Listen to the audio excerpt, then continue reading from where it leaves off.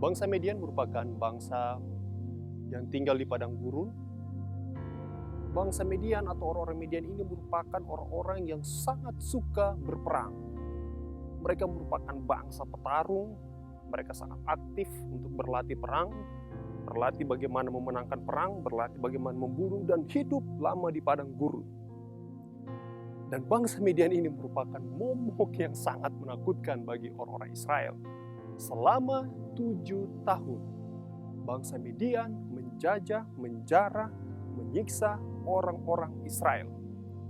Karena orang-orang Israel ini merupakan musuh lama dari bangsa Median. Kalau kita ingat cerita pada waktu orang-orang Israel keluar dari tanah Mesir dan memasuki tanah Kanaan, Tuhan memerintahkan orang-orang Israel untuk memusnahkan seluruh orang Kanaan dan bangsa-bangsa yang ada di sekeliling Kanaan. Tapi orang Israel tidak melakukan tepat seperti apa yang diperintahkan oleh Tuhan. Sehingga orang-orang Median ini merupakan orang-orang sisa yang tidak dibunuh oleh bangsa Israel.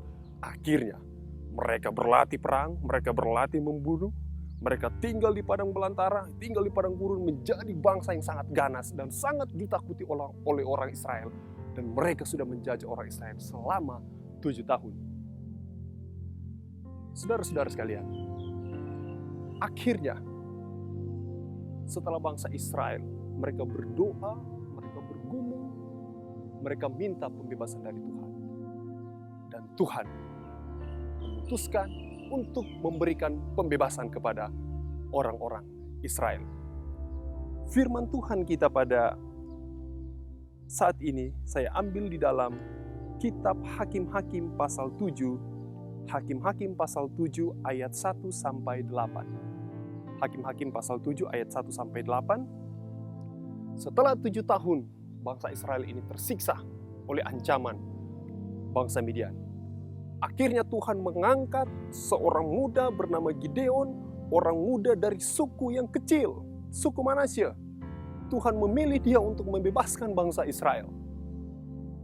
Dan akhirnya saudara-saudara, pada saat itu, ketika Gideon dengan 32.000 pasukannya, mereka sudah bersiap untuk pergi perang. Jadi mereka sudah siap-siap, mereka sudah berlatih perang, mereka sudah siap untuk memusnahkan bangsa Midian ini.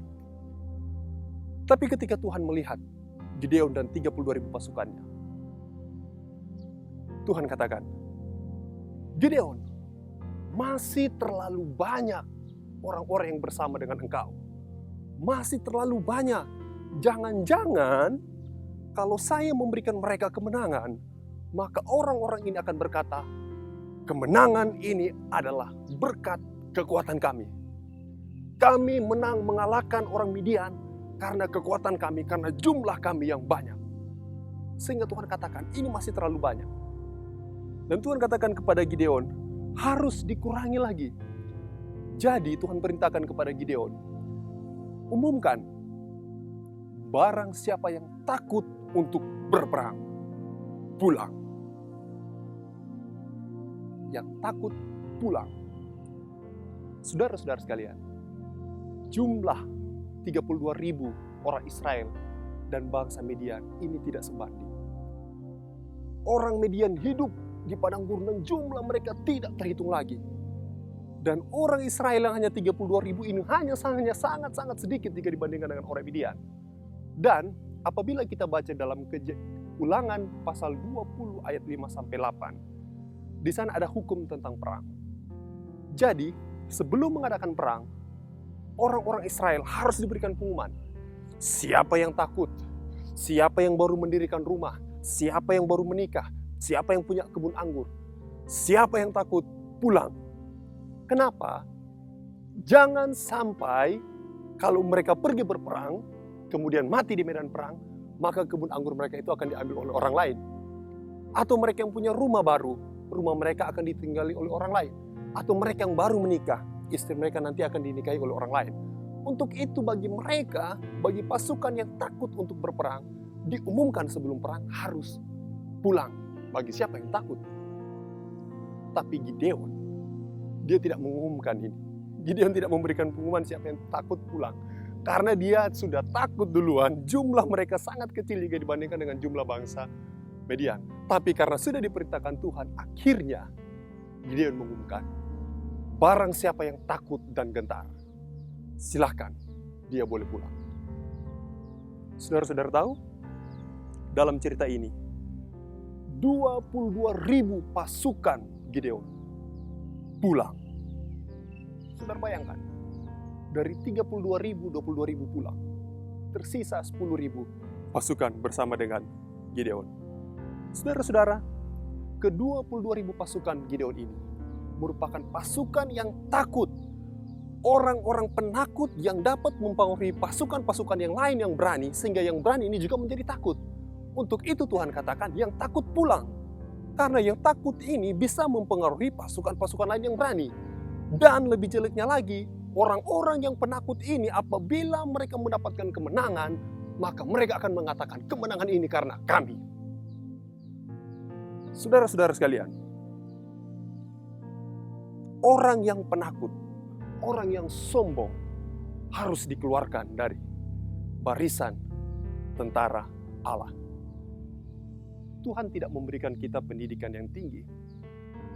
Tuhan tidak memberikan kita harta yang banyak. Tuhan tidak memberikan kita uang yang banyak, keluarga yang baik. Agar supaya ketika kita berhasil, maka kita tidak akan menyombongkan diri bahwa saya mendapatkan keberhasilan ini karena saya memang punya banyak uang, karena saya memang orang yang pintar. Tapi karena saudara tidak punya harta, karena saudara tidak punya kemampuan berpikir yang baik, tapi saudara bisa berhasil, saudara akan memuliakan Tuhan karena hal itu. Saudara-saudara sekalian, ketika 22.000 pasukan Gideon yang penakut ini pulang, tersisa 10.000. Tapi Tuhan katakan, Gideon, jumlah itu masih terlalu banyak. Dan Tuhan katakan, suruh mereka minum. Ketika mereka akan minum, maka saya akan memisahkan yang mana yang pantas ikut berperang dan yang mana yang tidak pantas untuk ikut berperang. Akhirnya saudara-saudara, dengan berat hati Gideon harus membawa pasukannya untuk turun minum. Di dalam Patriarchs and Prophets halaman 549 dan 550, Ellen G. White menuliskan, dalam hal-hal sederhana, dalam cara-cara yang sederhana, karakter kita sering diuji. Dalam cara minum pasukan ini, cara sederhana bagaimana pasukan ini minum, maka mereka diuji siapa yang patut untuk ikut berperang. Dan ketika 10.000 pasukan ini turun untuk minum, ada dua kelompok pasukan di sana. Kelompok yang pertama, mereka minum di mata air itu seperti anjing. Mereka menjilat dengan lidah mereka ke sumber mata air sambil bertelut. Sedangkan kelompok yang lain, kelompok yang kedua, mereka meminum air itu dengan mengambilnya dengan satu tangan, kemudian tangan itu dibawa ke mulut mereka, lalu mereka minum. Dan Tuhan katakan, siapa yang minum seperti anjing harus dipisahkan dan disuruh pulang. Saudara-saudara sekalian, yang minum seperti anjing jumlahnya adalah 9.700 orang. Dan pasukan yang minum dengan menggunakan satu tangan mereka 300 orang. Dengan 300 orang ini Tuhan katakan, maka saya akan memberikan bangsa Midian ke tanganmu. Saudara-saudara sekalian yang kekasih dalam Tuhan kita Yesus Kristus, orang-orang yang minum seperti anjing, 9.700 orang ini merupakan orang-orang yang rakus, merupakan orang-orang yang berusaha memenuhi kebutuhan mereka sendiri di saat yang genting ketika akan perang. Orang-orang seperti ini adalah orang-orang yang tidak waspada. Ketika mereka turun minum, tangan mereka menyentuh ke tanah dan mereka minum dengan lahapnya. Orang-orang seperti ini tidak bisa diandalkan di dalam pekerjaan Tuhan. Saudara-saudara sekalian yang kekasih, sedangkan orang-orang yang minum dengan mengambil air dengan satu tangannya merupakan orang-orang yang sangat waspada di saat-saat genting. Orang-orang ini memegang tangan, memegang pedang dengan satu tangannya, kemudian tangan yang satu mengambil air. Walaupun mereka minum, tapi mereka adalah orang-orang yang waspada. Dengan 300 pasukan ini, maka Allah memberikan bangsa Midian ke tangan Gideon beserta 300 pasukannya. Saudara-saudara sekalian, pelajaran yang kita bisa ambil dari cerita ini adalah bahwa Tuhan tidak melihat kuantitas, tapi Tuhan melihat kualitas. Tuhan tidak melihat jumlah, saudara-saudara sekalian. Tuhan tidak melihat jumlah 30.000 orang yang banyak ini kemudian dia akan melepaskan orang Israel dari tangan orang Midian. Tapi Tuhan melihat orang-orang yang punya kualitas rohani yang bisa membebaskan bangsa Israel ini dari penjajahan. Tuhan tidak memilih orang yang banyak tetapi sombong.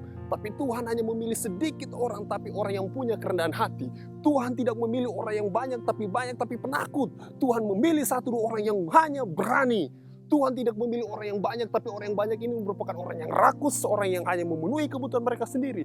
Tuhan lebih memilih orang sedikit tapi sangat waspada di dalam pekerjaan Tuhan. Orang-orang seperti inilah yang dipilih Tuhan.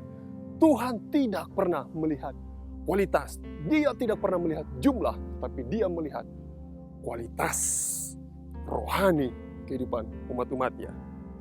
Umat-umat yang percaya, katakan amin.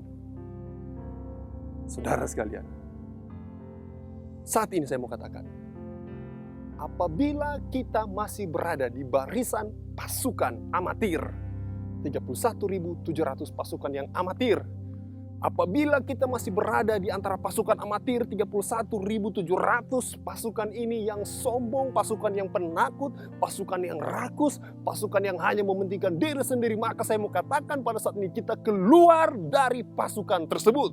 Keluar dari pasukan amatir ini dan kita bergabung dengan 300 pasukan yang memiliki keberanian, pasukan yang memiliki kerendahan hati, pasukan yang waspada di setiap saat, pasukan yang selalu mengandalkan Yesus.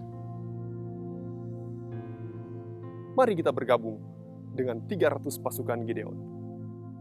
Saudara-saudara yang masih berada di pasukan amatir, 31.700 pasukan amatir. Keluar dari pasukan tersebut.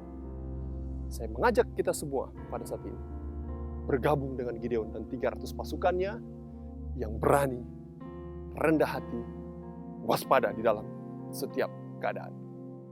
Saudara-saudara sekalian, mari kita berdoa. Bapa di sorga, terima kasih untuk firman yang sudah kami dengarkan pada saat ini. Kami mau untuk bergabung dengan 300 pasukan Gideon. Ajarkan kami Tuhan untuk menjadi orang yang lebih rendah hati, lebih berani, dan waspada dan tidak egois mementingkan kepentingan kami sendiri. Apabila kami masih berada dengan 31.700 pasukan amatir, kami mau keluar dan bergabung dengan pasukan-Mu Tuhan. Terima kasih Tuhan, di dalam nama Tuhan Yesus Kristus kami sudah berdoa.